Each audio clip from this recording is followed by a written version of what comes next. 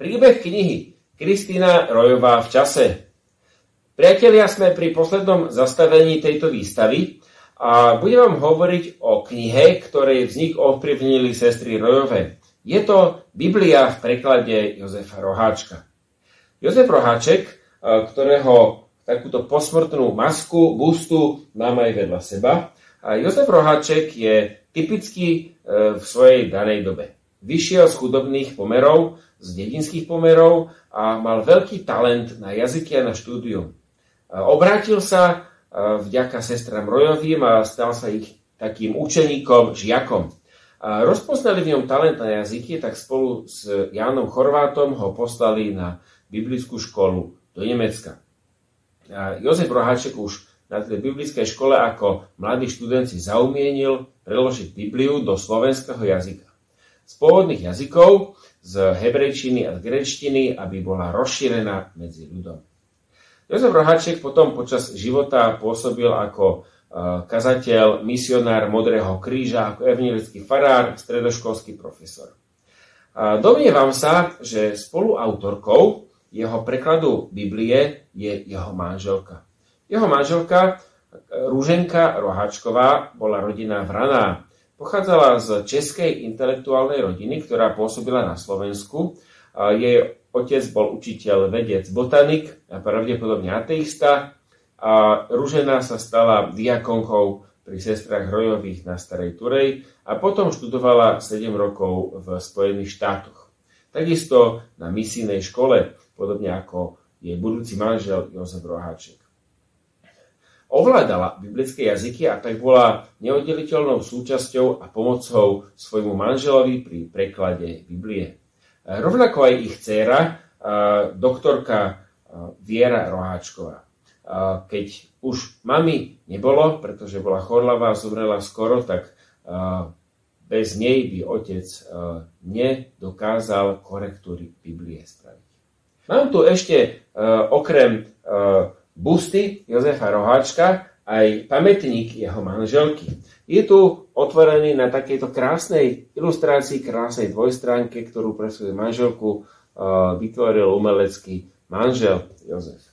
A okrem toho tu mám aj prvé preklady Evanjelie z 1911. V 1936 vyšiel konečný preklad a Kristína Rojová si ho kúpila a zapísala si tam prvú poznámku na zadnú stranu, že tento rok čítam Bibliu v slovenskom jazyku prvýkrát. V 36. zomrela aj samotná Kristína Rojová. Tento rok je symbolický, že je to taký akýsi vrchol slovenského národa. Zakončuje sa tým jedno obdobie slovenského národného duchovného obrodenia smrťou Kristíny Rojovej a nástupom novej Biblie v slovenskom jazyku. Hovorí sa, že národ vstupuje do dejín svojou novou vlastnou Bibliou. A tak Roháčková Biblia je takým vrcholom. Mám tu na stolíku ešte jednu Bibliu. Je trošku v horšom stave, ale je z 1951. Bolo to posledné vydanie pred nástupom komunizmu. V Kutnej Hore Česká biblická práce 1951.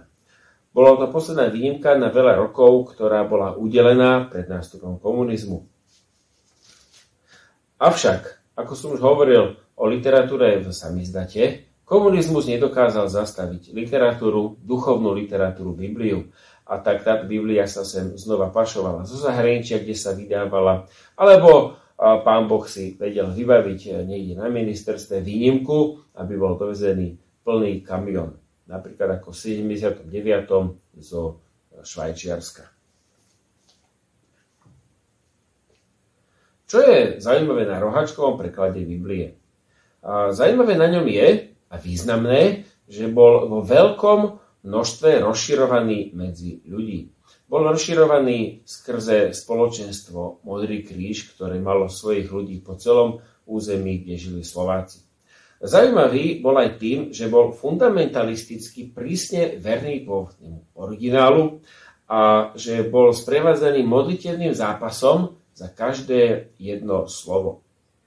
A hovorím každé jedno slovo, pretože obsahoval aj niektoré jazykové novotvary a niektoré nárečové špeciálne slová.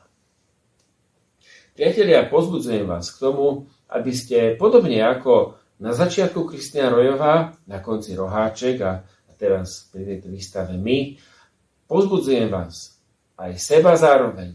Otvárajme si Bibliu ako Božie slovo. Dennodenne a zažijeme veľké veci Božie. Ďakujem vám za pozornosť a snáď sa uvidíme pri nejakej ďalšej príležitosti osobne alebo pri nejakej ďalšej výstave. Dovidenia. Pán Boh vám žehná.